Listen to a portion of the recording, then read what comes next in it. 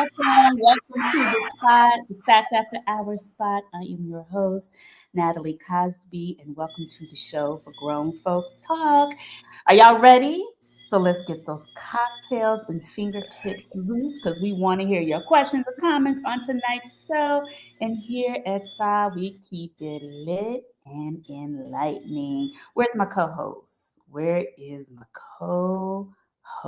There she is as she spends. So y'all, she's in Antigua.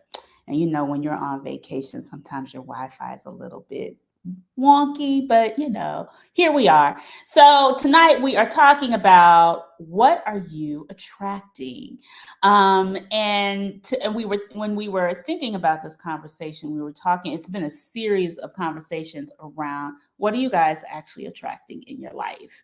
Men, women. This week we are focusing with the sisters with our life coach guest, but I really, really want to get into it. So hopefully Sunshine, hey, Quiet Storm, thank you for the shout out. So I really want to get into it and let's bring on our panel.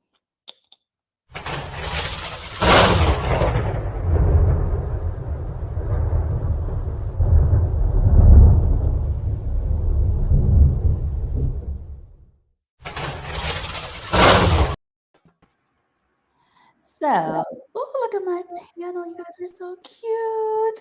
She likes being naked at home, and she is the owner of the PR firm. That is you, Dot Communications. New to the show, let's welcome Deidre Owens. Hey, Deidre. Hey, everybody. Thank you. And back at the show, she is my girl, my home girl, and you can always catch her at the DJ booth. Let's welcome Cheryl Wisely. Hey, Cheryl. Yeah, we give her a round of applause. And then finally, new to the show, he only dates women with big booties. Oh. Ooh, let's welcome to the show life and our first life and relationship coach, Cheyenne Bostock.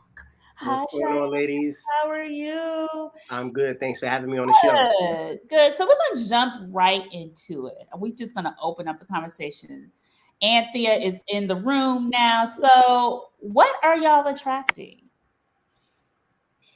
What are we attracting currently at this age, presently? What are y'all bringing to the yard? What's coming to the yard? What's coming into your yard, let's say?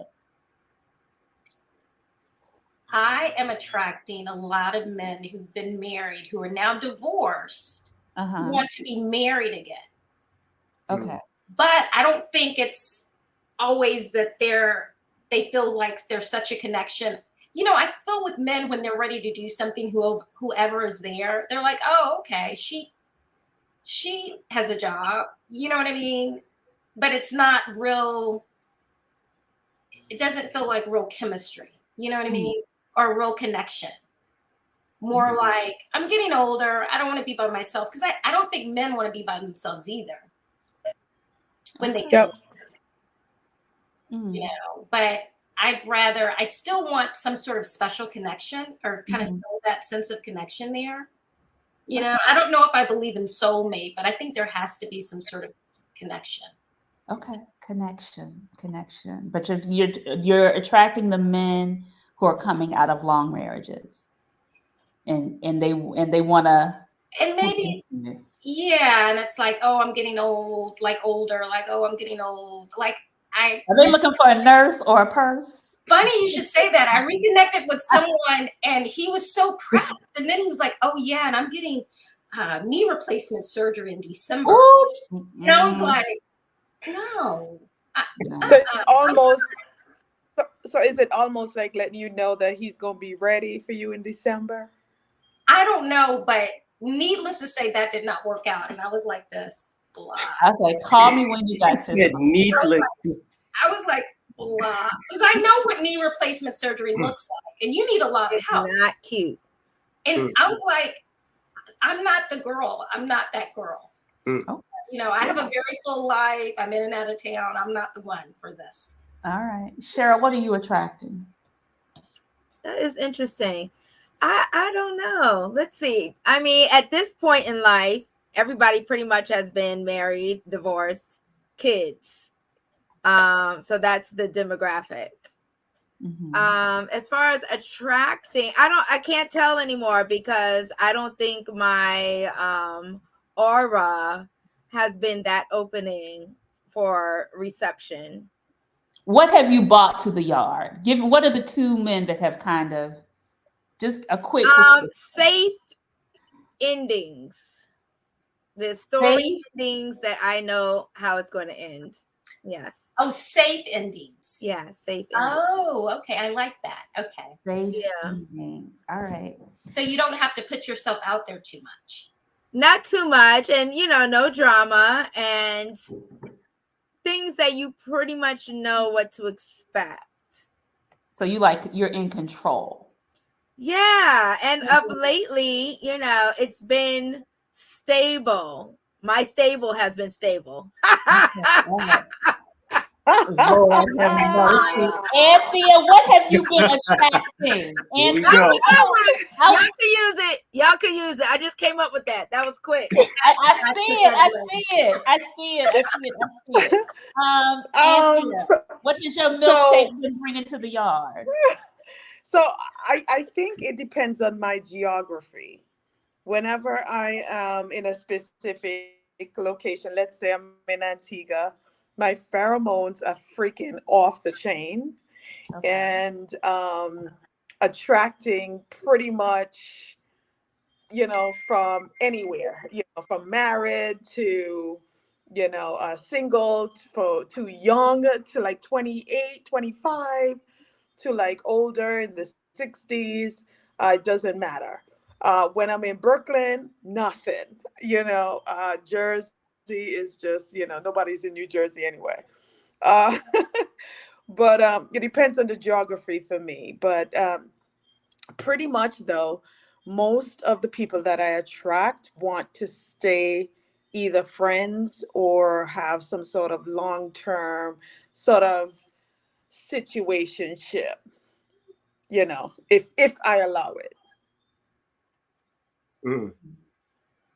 They all have to be in the sunshine. Right, Quiet Storm. Yes. Cheyenne, what were you hearing in those answers? Or what questions do you have for the ladies? Well, I'm still stuck on this woman stable. I'm cracking up about that one. That's a good one. What I want to ask Anthea is, when you go to these different places, because you say when you're in New Jersey and when you're local that you're getting nothing, would you say that when you go to these different places, you show up differently with different energy, sending more vibes to the men because you're not local? I'm always 100% sunshine. If you met me, you will know exactly that I'm the same way in the sunshine and in the winter. I'm the same way.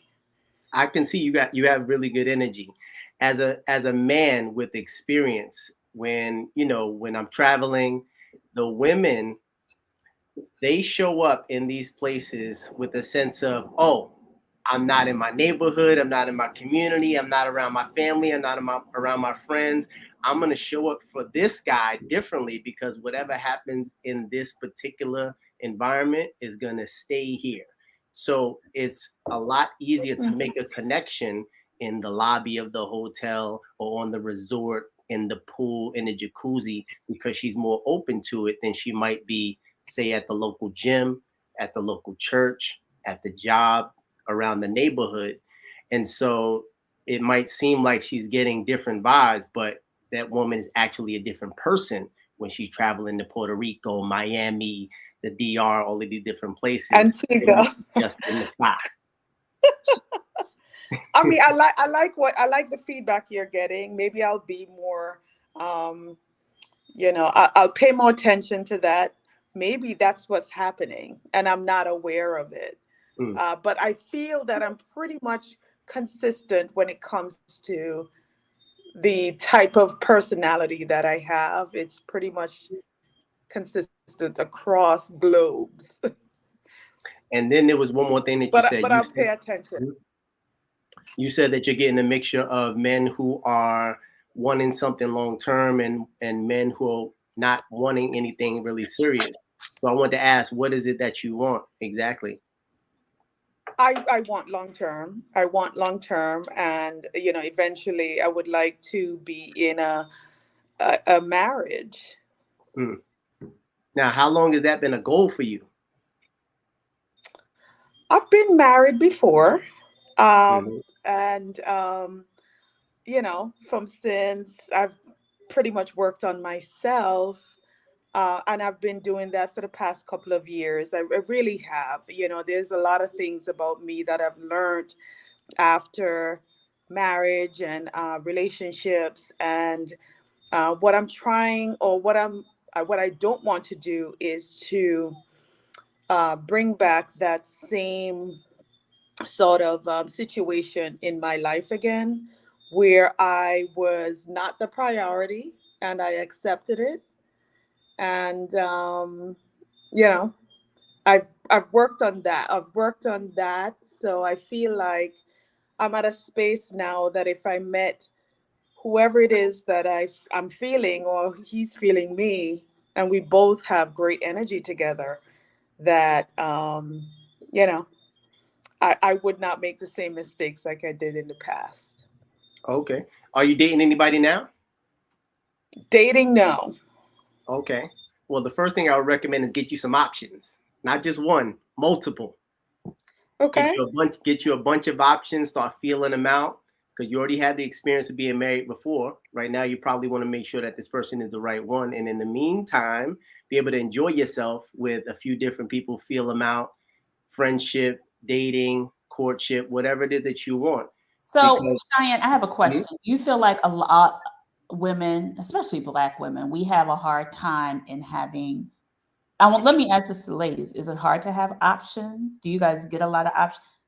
For People. me, no, it's not hard. Okay. I have to say something about this whole option thing.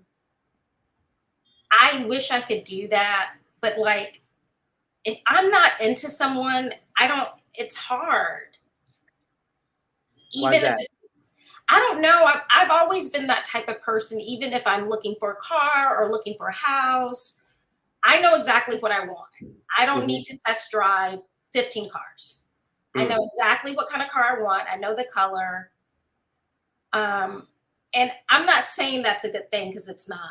I think I wish I was more open to that, but I know exactly if there's someone that I'm interested in, I know exactly, within 5 to 10 minutes after meeting that person. Well, real quick, let me show you why having multiple options is important.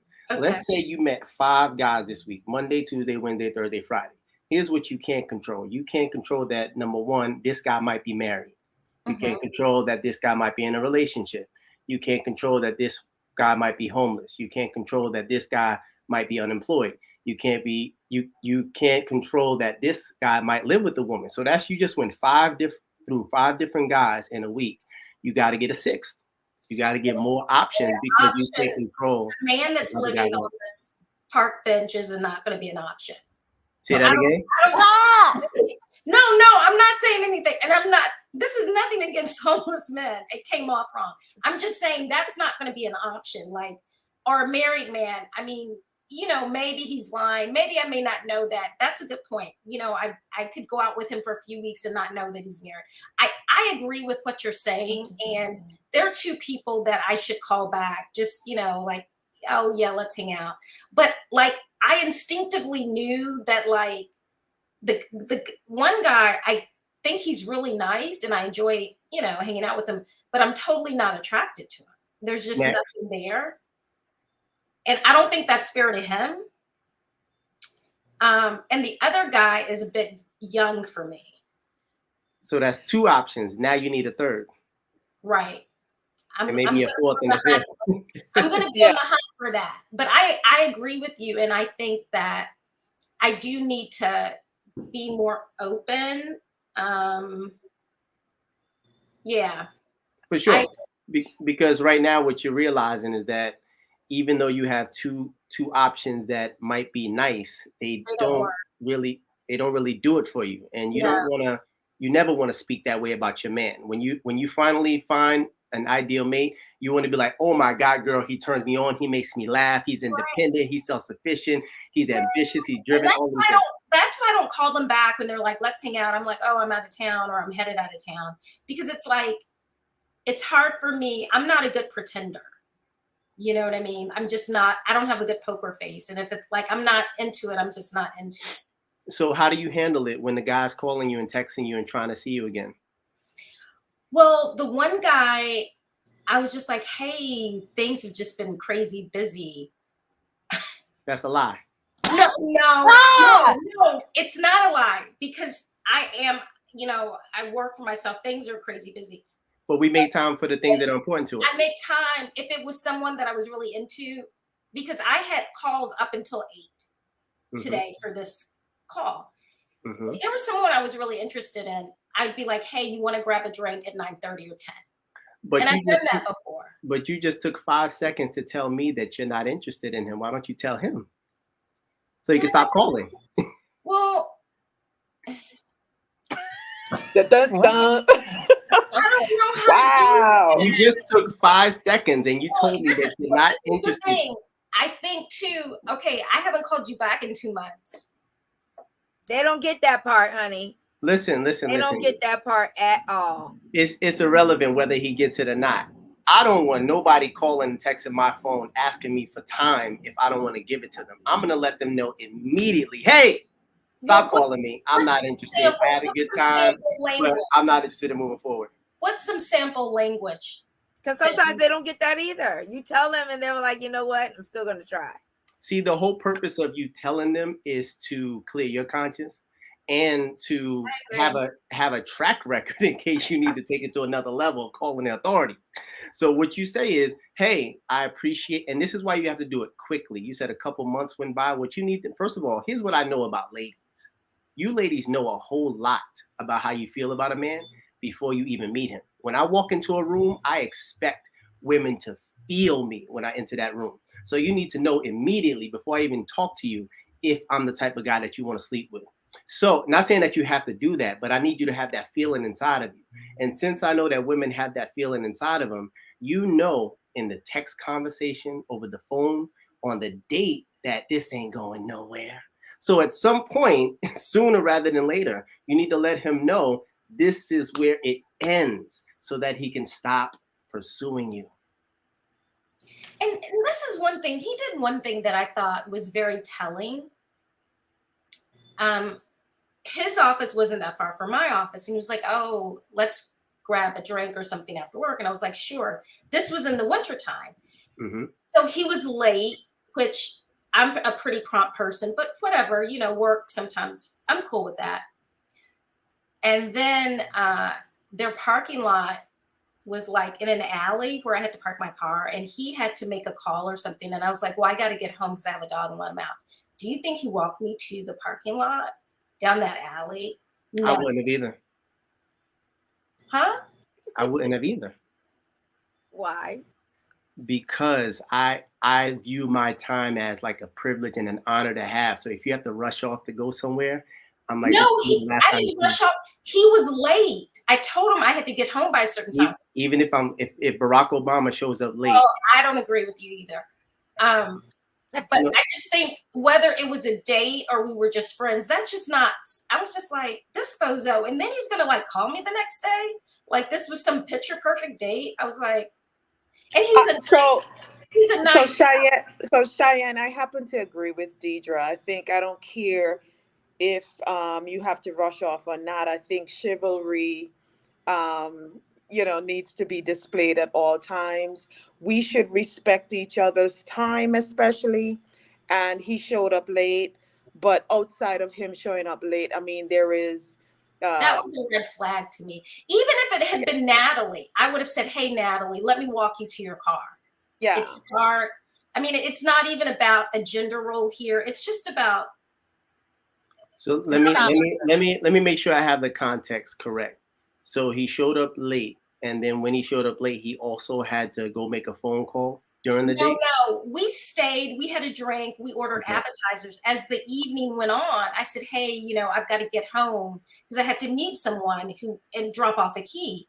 Okay. I said, hey, I got to get home. And he was like, oh, okay. I mean, we were there for about an hour. It's not like we were there for 15 minutes and I'm like, hey, bozo, I'm out of here.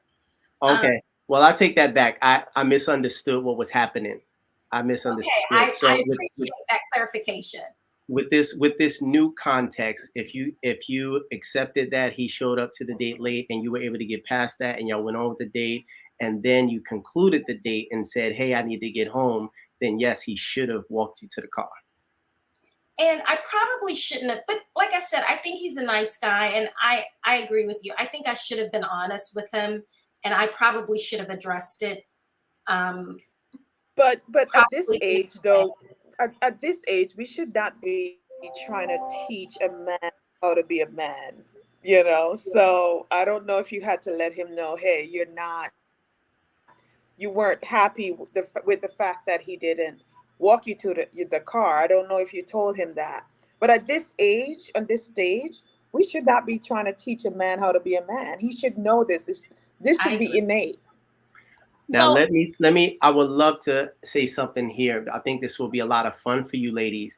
When men mess up, don't cancel him just yet. Use this as leverage. If a man shows up late, you say, yes. I'm going to say you showed up late, so you got to buy the drinks and the dinner. And he's probably going to be like, okay, you got me. I got it. And then you start having fun with it and you play around with it. If he's like, I'm not buying drinks, I'm not buying dinner, you say this date is over. I mean, he paid. First of all, I don't think I need to use anything for leverage. Like, I consider my time pretty valuable too. And I think I have a lot to offer. And I don't think I have to use your mistakes as leverage for you to do something that you should already do. Well, let me explain how men who know their value and have high value operate. I'm the type, I'll intentionally show up to a date late. So if I were going out on a date with you, I would show up late intentionally just to see how you respond. You understand? So what? Just to see how you respond. You're entering. So wait. You're entering the date already, and that's already game. I'm a strategist. What'd you say? So that's kind of you're starting it off not in good faith to me. Like it's like I understand how you might look at it, but let me further explain. So if I show up to the date late, I know that you're gonna be emotional. You're gonna feel a certain type of way. You're gonna be like, why do you show up late? And this is my opportunity to make things right and to see how we mesh under pressure. Now, a woman might not understand it, but this strategy has worked very well for me because if you're really into me, which is what I want and what I need, you're going to stay. I had a woman wait 45 minutes for me at a bar one time. I was so amazed. I went and she didn't even have a drink, poor thing. I was like, I said, did you even get yourself a drink? She was like, no. I said, bartender, get her a drink. Well, but it's like this. If you don't have high interest for me, I'm not interested. I'm not interested. I want Cheryl. Wait. Sorry. I'm not with that one. Wait. I'm not a guy testing a person's trying to. Lucy, I agree. Testing the person's intentionality. Cheyenne, really? She says testing the person intentionally. Yeah. It's not going into a relationship, whether it's professional or personal. I think the key of any successful relationship is starting on good faith. Things happen. I wasn't put out that he was running late. I live in DC. You guys live in New York. Traffic can be a bear. I run late at times. People run late. I didn't have a problem. But starting any relationship not in good faith is problematic to me. I'm so glad you said that. That's just me. I'm so glad you said that. Problems are going to happen, but to test me on purpose is totally not acceptable. I'm so glad you said that. Now watch this. We got 4 ladies on the panel. How many of you ladies show up fashionably late? No, I try not to. I'm pretty. I try not to. It's never happened, right? For none of you. No, it's If happened. For none of you. It Oh, depends come on on. the I will say occasion. I'm gonna be late. I don't say, oh, you know what? I want to see how much this guy really likes me, so I'm gonna be late. I'm gonna make him wait 45 minutes. I've never intentionally, even for a female, hey, let's see how good of a friend is she? Will No, she I mean, it's one thing to be intentionally late. It's another thing, and I agree. Like in the person overread, if you are intentionally late all the time, that is going to be nerve-wracking. Or if you're but if you text me like I'm running late, I'm stuck, fine. That's fine. I'm not gonna overreact. Yeah. That's But I This think, is and I different. don't want this to get into, I mean, I understand you're trying to figure out her Yeah. emotional whatever, but you can figure that out in a conversation. let me tell you something, ladies.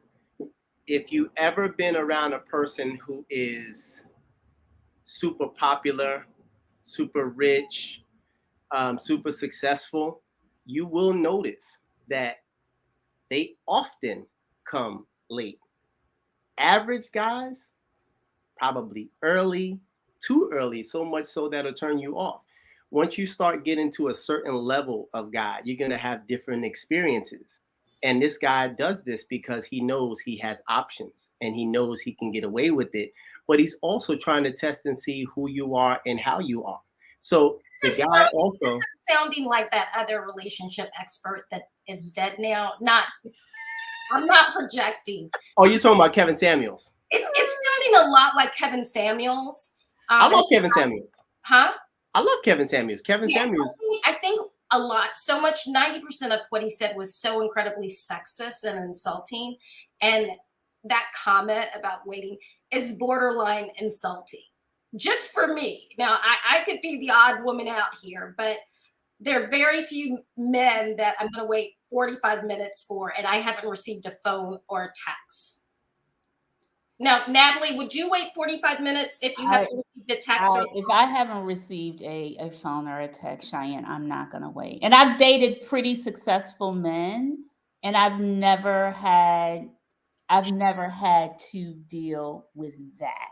By the way, that was a one-time instance. That is not a regular. I want us to get, because I want us to get into the. I mean, we could talk about being late for the rest of the evening. That's true. And I really want to understand like energy type ideas, some of the things that you guys men think, what we're attracting and what we're bringing into. And Cheryl, I know Cheryl, you were smiling because I wanted you to kind of get your. I mean, there's a few things. No, I don't think I would wait. I mean, honestly, it depends on where we're meeting. Maybe I brought my computer with me. Maybe I know other people there. Is it at a party and you're my date? Is it a play and I'm sitting at a play by myself for 45 minutes alone while you're trying to get there? I don't know. If it's like, oh, we're going out for dinner and I get to the restaurant first and I'm sitting at the table for 45 minutes without a call and the waitress keeps coming over or the waiter keeps coming over to see if the other setting needs to be clear, then yeah, I would have an attitude probably with no explanation. By the way, the 45 minutes was a one-time thing. I'm talking about 5, 10, 15 minutes late. Right. No. 5, 10, 15 minutes late is not going to upset anybody. Now, if it's a constant, I don't. Well, I wouldn't say that, Natalie. Like some people are A-type personalities, and they would be very upset if and some people think more of themselves than they ought to. That's normal, especially where we live. But I mean, getting back into, because I was like, I don't want to get caught on talking about late. I know it's a situation to kind of measure the emotional stability, Cheyenne, that you're talking about. But I think the thing is, it's just like we're all pretty well-established women. We're over 45. We're in a different zone versus him being successful and A-type and all those other things. But there's other things that we're looking for. So there's an energy that we're drawn to now that we weren't drawn to maybe when we were 35 or even early 40s. Absolutely. So, and I just want to kind of talk about that and what that looks like now. Go Let me ahead. ask a question Uh-huh. to the expert. I think I read some time ago.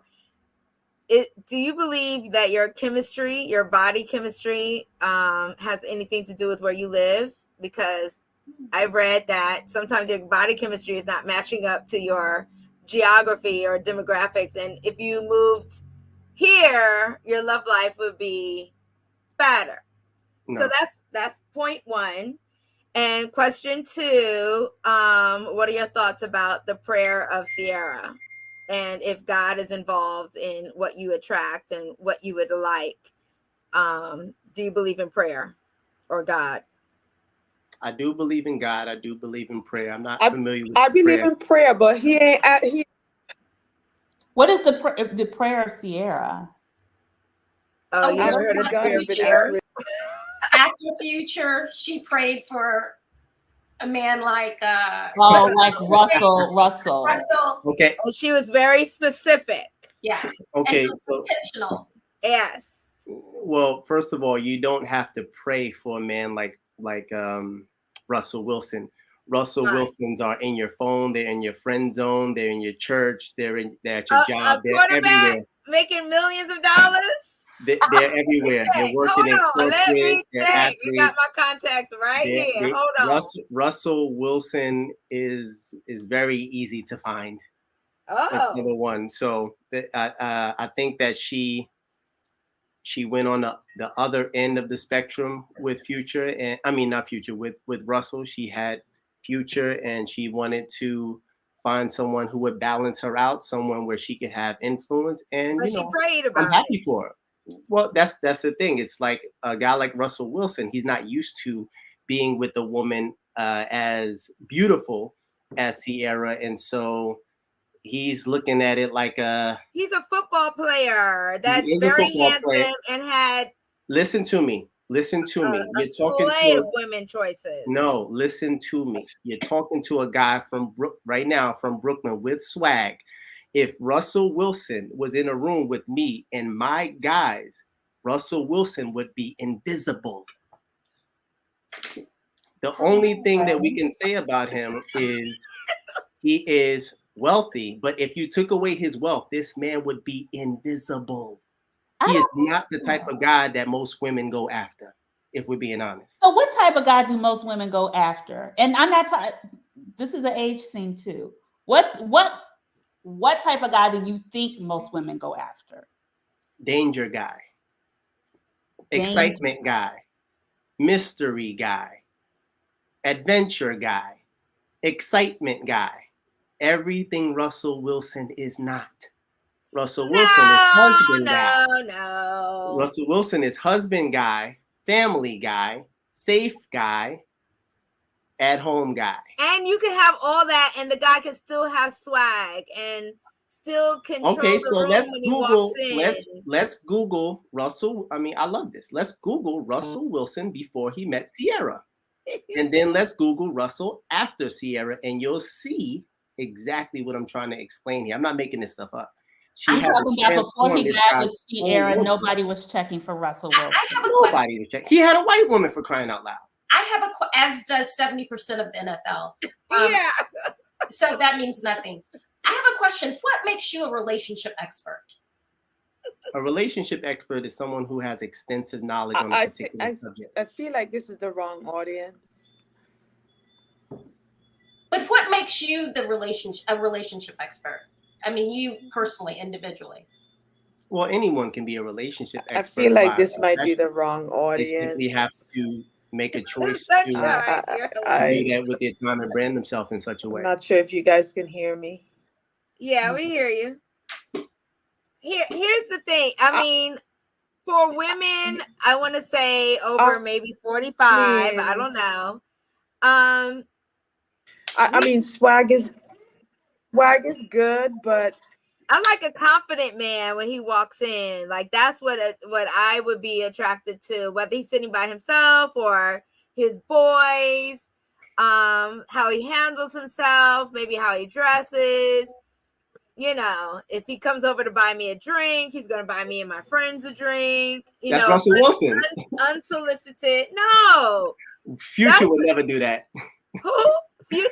No, I know regular men who are principals and teachers and executives or 9-to-5 people who would just do that and not be balling out and making billions of dollars. Like, what are you and your friend? My friend who was a bus driver for 20 years. He makes good money. He's still a bus driver, but he makes good money, owns property, owns the room when he walks in. He would never have me with my friend and just buy me a drink and go to the bar and bring a drink over for me.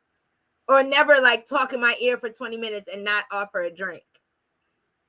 But why do you think he offered a drink? Why didn't he have you buy him a drink? Is it me or is it Cheyenne and Deidre's internet is spinning, or it's just me? You're on delay. Yeah, no one's spinning. Nobody's spinning. My head is spinning. Yeah, my head is spinning a little bit. This conversation is spinning. I would like to go back to your other question. You asked one question about the Sierra prayer, and there's another question about geographic. And so what I would say to that is, a person who is unable to attract people in New York will also be unable to attract people in California, Miami, Texas, Paris. It's not about geographic. It's about you, the common denominator. So it's like, okay, if you put a blindfold around me, took away my wallet, took away my credit card, all of that stuff, and you helicoptered me to another part of the world, I would be able to attract women, have shelter, have food, have wild sex, and be the life of the party, no matter where you brought me in the world. It's not geography, it's me. And the same applies to you. If you're good at something, you're just good at it. You're good at it everywhere. You're good at it anywhere. If you're bad at it, you're not going to have good results until you become good at it. But everyone has the opportunity and the potential to be good at it. They just have to realize that they are the source. They have to look in the mirror and say, what is it? Cheryl has to say, Cheryl, what is it about me? Now, Cheryl, I've identified some things about you that I think most men would like.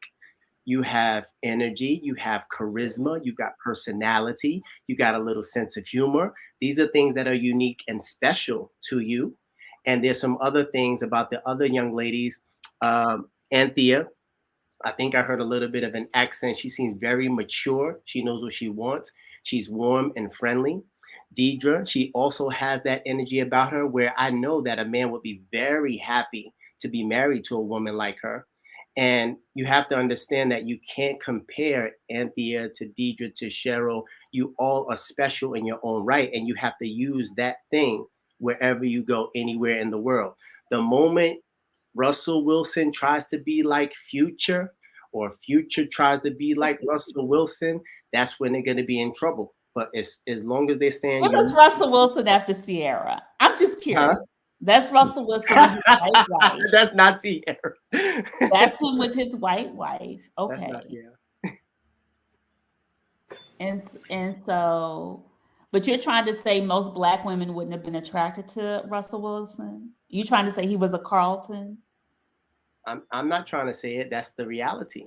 And that honestly wasn't my point, whether who he was with a white woman before. And like Anthea said, most of the NFL, they are with white women either because they feel that's a level of success, or a lot of these draftees are from Midtown America where, you know, there's not a lot of Black options. So Cheyenne, I have a question. I have a question though, because the thing, what I'm hearing right now is, you know, Black men are always saying we play games.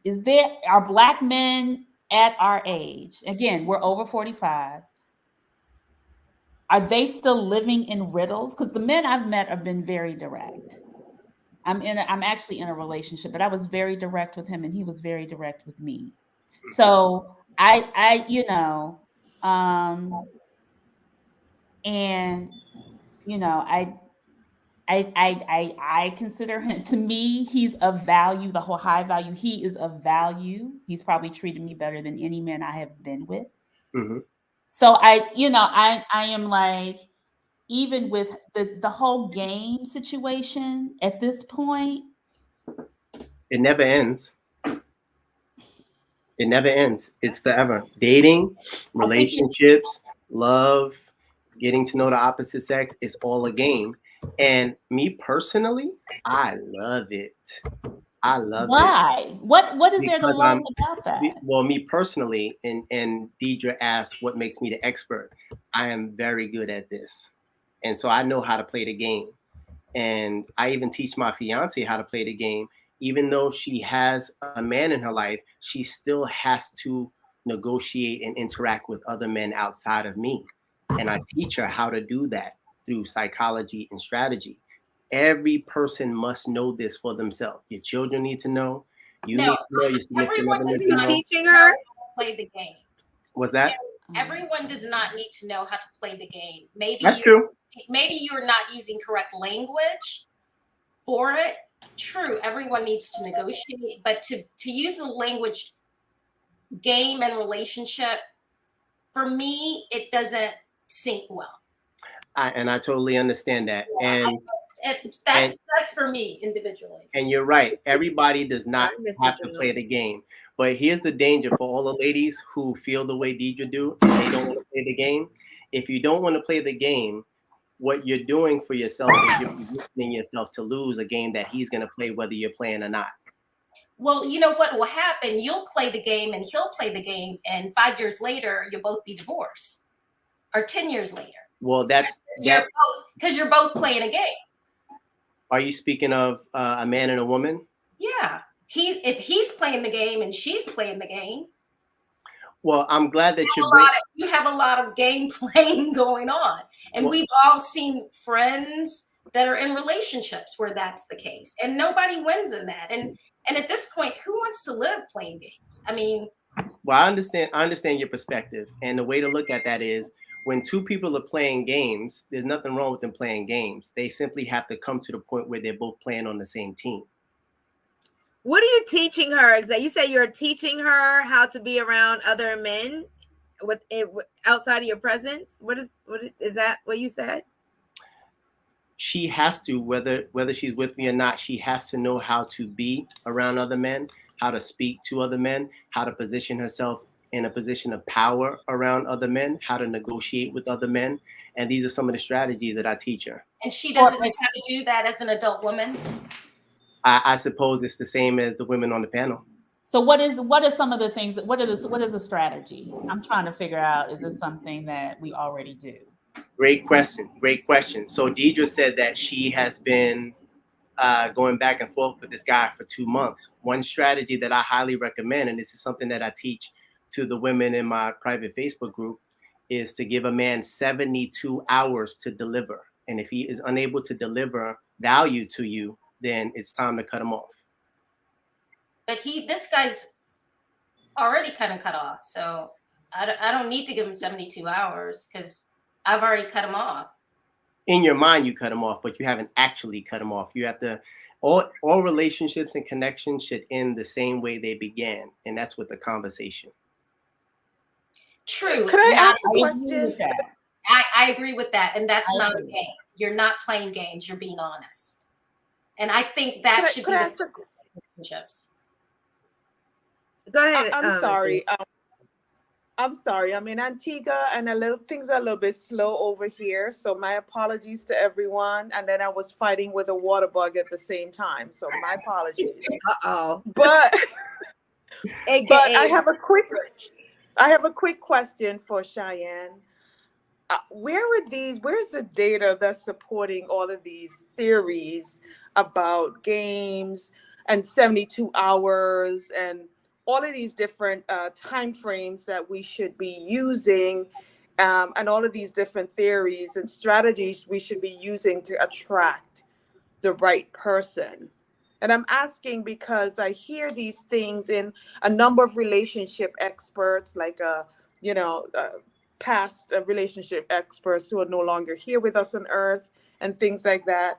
But I just want to, bring us back to the point of we're attracting a certain energy this is based on the topic tonight. We're attracting a certain energy based on something that we're doing. At this age, we're above 45, I would imagine.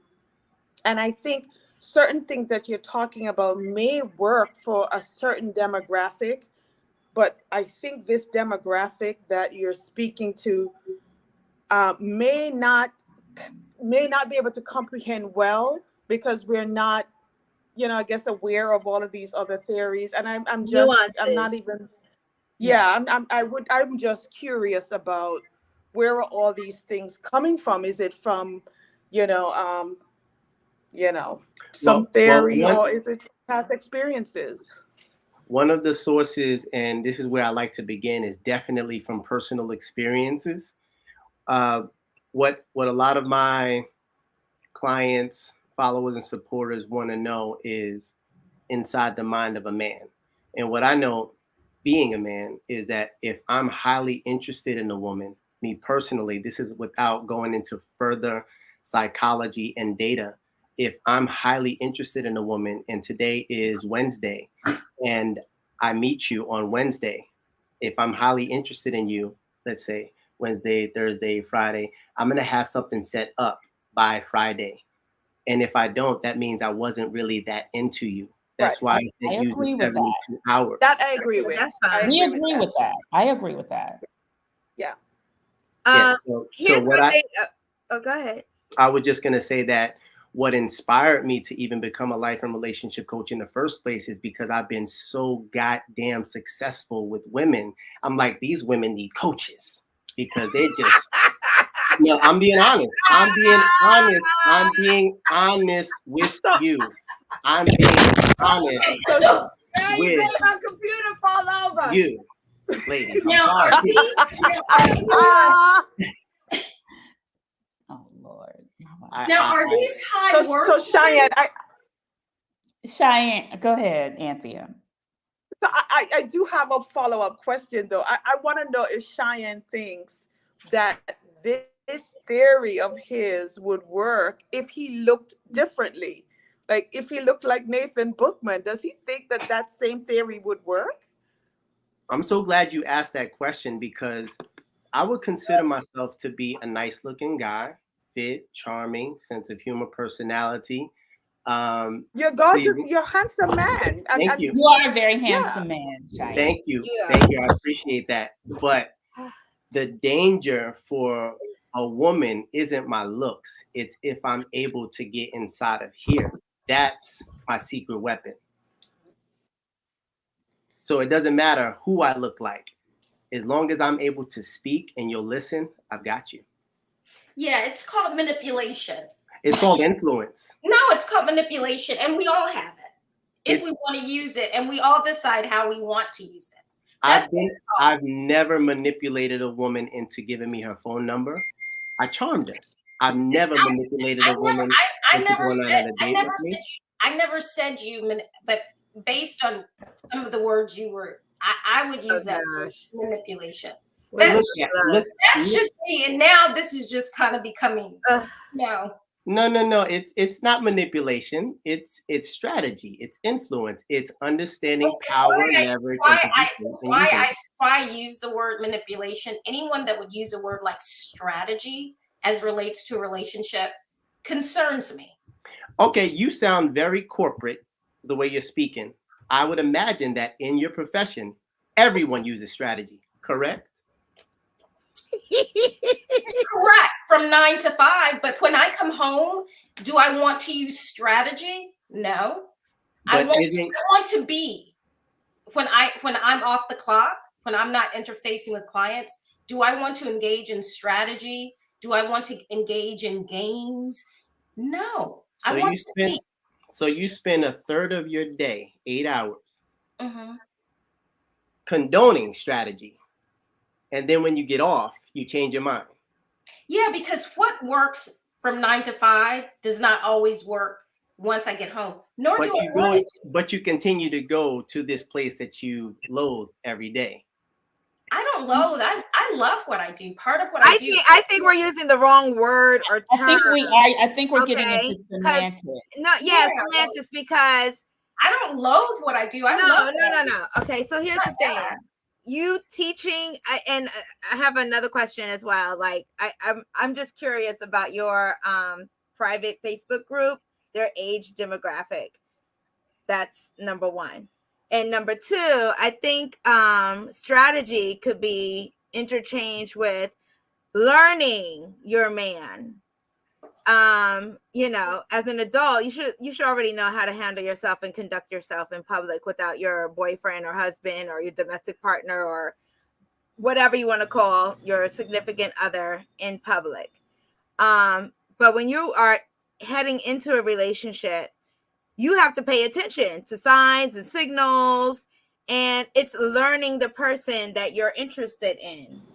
Okay. I would go a step further in saying that strategy is an actual plan to win. A lot of women don't have a strategy. That's why a lot of women are struggling with attracting their ideal mate, because they're thinking that, oh, the guy should just like me and be honest and straightforward and direct, not realizing that he is applying game and strategy 24/7, 365 days a year. A lot of women, they have a defensive strategy. Oh, I'm going to block this off so that he can't get it, instead of having an offensive strategy of, I want him to get it, but I need to communicate to him exactly what he needs to do in order to make me feel comfortable giving it to him. I can agree with that. I can agree with that. I think there is I think there's something to be said about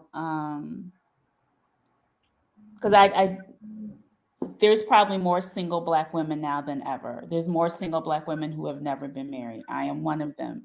I'm okay with it. It's fine. But I think the thing is, it's just like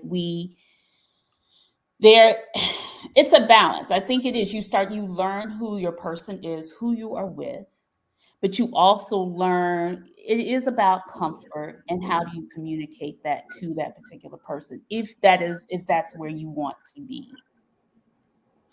I think that, in all honesty, and this is no offense to anyone, a lot of women, they don't actually know what they want. And what happens is they meet a nice guy.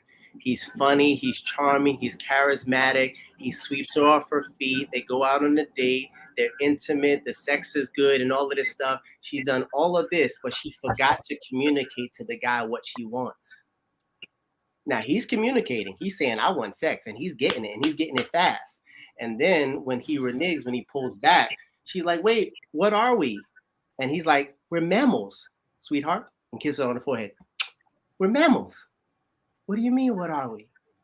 Instead of a woman saying, you know what, before she even meets the guy, she needs to have a strategy and say, you know what, I want a relationship. I want to be married. I want a family. And then vet each guy as soon as they approach, vet him to see if he even qualifies to be in a relationship with you. And if he passed certain tests, which a woman should have several tests for a man to pass in order to get the phone number. Like, for example, if he's not making you laugh, why are you giving him your phone number? If he doesn't look attractive to you, why are you going out on a date with him? If he's not physically what you want, why are you sleeping with him? If he's not making the type of money that you want or need your man to have, why are you committing to him? That's because you're just winging it and hoping for the best instead of having an actual strategy to attract someone who's ideal for your life. So everybody's quiet. Listen, there's nothing wrong with having a strategy. You know, if somebody wants to buy a house, they will take the steps to purchase that house. So do you think this is what differentiates women who are in situationships versus relationships? Because I feel like there's a lot of folks who are in situationships at this point. If I were to talk to someone who's in a situationship, I would ask a very simple question. Did you communicate to this guy in your words what it is that you wanted from him before you gave him what he wanted from you? And she would say, no. Okay, so why don't you tell him now what it is that you want? And then here's the kicker, be willing to walk away. I just got a text from a friend and she said, we don't say what we want. I know it. I'm a man, girl. I'm asking the ladies. I know this. No, I say what I want to, who I want to say it to, and sometimes it doesn't work out. You know, my situationship, you know, nothing has been said. That's why it's been successful. I feel like, yeah. I feel like Deidre is pretty direct. Yeah. I think I might. You're on mute, babe. You're on mute, babe. Yeah, I thought it was best I go on mute for a while. I muted myself. I'm a big believer in, letting people know what you want, and because you know what, I think that helps to open the door that they can communicate the same, and hopefully you'll be on the same page. And if you're not, it saved both parties a lot of time. What somebody in the chat said, most men don't have a strategy at all. That's true. Working it too. Right, but we don't care about men right now. We're trying to help women win. If the men don't get it, they don't get it. Who cares? They'll learn, right? So, Anthony, ladies, do y'all have a strategy, or whatever, an approach? Yeah, my approach is called being honest. Okay. What does that look like? Being honest about what I'm looking for, and if I meet someone that I'm interested in, I'm letting them know what I'm interested in. And I mean, I don't believe in sharing too much too soon. I'm not going to meet someone and say, I want to be married in 6 months, but saying, I am looking for a committed relationship, but I would like to get to know you, because I think my best relationships started out as friends. Mm-hmm. So I think, and we've all been in relationships where there was a lot of physical attraction, but maybe the friendship wasn't there, and that may last a good 9 months. But for me, it's important that we kind of establish, a strong friendship, but for me, with the hopes that it leads to something committed. There it is. I want to address that part right there, because I believe a lot of women do that. They hope, they pray, they wish, instead of strategize. If you get a guy, stop with the strategy. Please stop. No, this is very important, and I want you to get it. I don't care if you like it or not. You need to get this point. After this live, the next guy who approaches you, wants to take you out, etc., you can communicate to him, I'm open to a relationship and longevity, or whatever it is that you want. But once you guys start investing time in each other, it's still up to you to be a valuable asset to him. It's not just because you said, I want a relationship, that you just magically get a relationship. No, I know that, but I still have to assess if I even want a relationship with this person. Yeah, I'd like to, but I mean, after 6 dates, I may be like, I like him as a friend, but maybe he's not consistent, or maybe, he has too much going on, where, maybe he doesn't have time for a committed relationship. Well, right now you're speaking about after the second date, if he says you pay for the next one, you got the next one, that is a turnoff. Yeah. Listen, let me explain. Why do men say that? Why do men feel comfortable? I'm glad you asked out of their mouth. I'm glad you asked this. Next, it's on you. You got next. I'm glad you asked this. I'm glad you asked this, because I'm getting ready to enlighten all of you single ladies. Why? Tell me why. I'm getting ready to enlighten all of you right now. So back to what? Can you put us all back up so I can see the names? Because I'm trying to tag. I can't see the name right now. Deidre, you were saying that you have to assess whether or not you're interested in a guy. Sure, that is. Well, that's why I said, if you remember what I said it's important for me to develop a friendship first. Got that. Because if we can't build a solid friendship, I got that. It's hard to develop a relationship. I got that part. All right, so y'all are going out on dates, and he's taking you out on dates, and he's doing this. He's taking you to date number 1. He's taking you to date number 2. He's taking you to date number 3. He's taking you to date number 4. He's taking you to date number 5. What are you doing all this time? Well, a lot of times, relationship expert, I will also say, hey, I have tickets for this. You want to join me? I mean, I'm very much in a believer. It's got to be reciprocal. I don't expect because I'm looking for a partner. So a partnership, it's not all, sometimes it's 60-40, sometimes it's 50-50. So a lot of times I will invite whoever I'm seeing, like, hey, I got 2 tickets to the Kennedy Center. Do you want to go? I don't think anybody should be financially responsible for every outing. Well, Cheryl just said. I Cheryl said just said after she had an date issue with that. number 2. Huh? Say that again. I said after date number 2. I feel like you should be offering date number 2. Really? That's what reciprocity looks like. I mean, it depends on the whole situation. Yeah. Natalie, let me ask you something. If tonight you take Cheryl out for drinks, and then next Wednesday, are you paying for the drinks again? I don't think Natalie's even counting who's paying. We're gonna have a breakthrough tonight. I'm not counting. No. What I'm asking is, you know why Natalie's not counting? Because she doesn't have a plan. She doesn't have a strategy. She's going with the flow. We're at time. Oh my God, we're at time. So, because look, the show is over. This is crazy. I'm like, wait.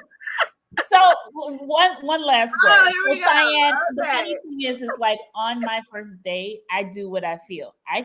We went to the museum. I paid for us to get to the museum. He paid for dinner. It wasn't anything like I got this, he's got that. It was very fluid. My strategy was just like if whatever, or how I approached that date that's what I did. Well, and if the man has asked me out twice and I obliged, and we're not talking about going to Cipriani's or anything. We're talking about going up the street in a cute little neighborhood cafe. Okay. Cute little vibe. And then at the end of the second day, oh, you got next? And you know what? We're going to have next with this conversation because we're done. Men are attracted to reciprocity.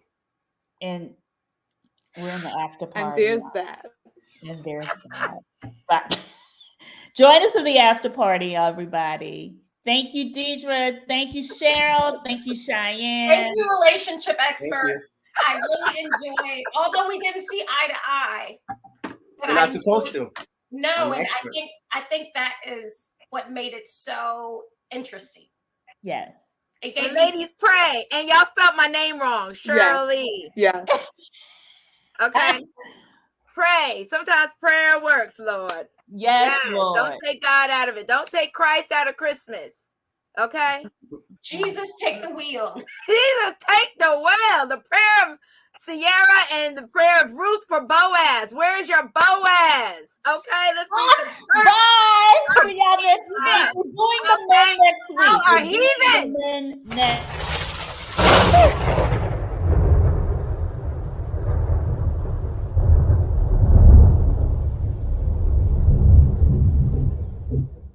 You got everything you want in your life. The husband. Boom. Woo. Boom, boom. Okay. Boom, boom, boom, boom. Listen up, ladies. I ain't want to have to drop it on you like this, but Cheyenne Bostock, watch this.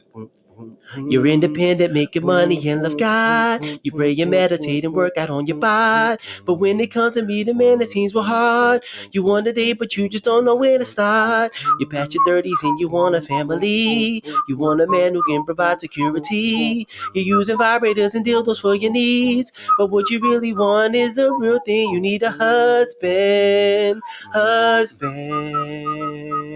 You need a husband.